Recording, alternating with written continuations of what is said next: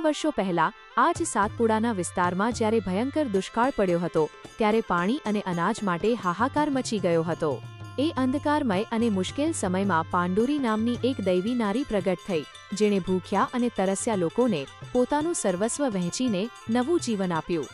લોકોની આ અપેક્ષા અને શ્રદ્ધાએ જ તે સાદી સ્ત્રીને આદિવાસીઓની કુળદેવી યાહામોગી એટલે કે દેવમોગરા માતા બનાવી દીધા। આજે પણ નર્મદા જિલ્લાના સાગબારા તાલુકાના દેવમોગરા ધામમાં જ્યારે ભક્તિમય વાતાવરણ વચ્ચે ઢોલ નગારા અને ભજનો ગવાય છે, ત્યારે એવું અનુભવાય છે કે જાતે માતાજી કોઈ અદૃશ્ય સ્વરૂપે પોતાના ભક્તોની રક્ષા માટે ત્યાં હાજર છે। ગુજરાત, મહારાષ્ટ્ર અને મધ્યપ્રદેશથી આવતા લાખો ભક્તોની આસ્થા આજે પણ આ પવિત્ર ભૂમિ પર અટલ વિશ્વાસ સાથે ઝળહળે છે।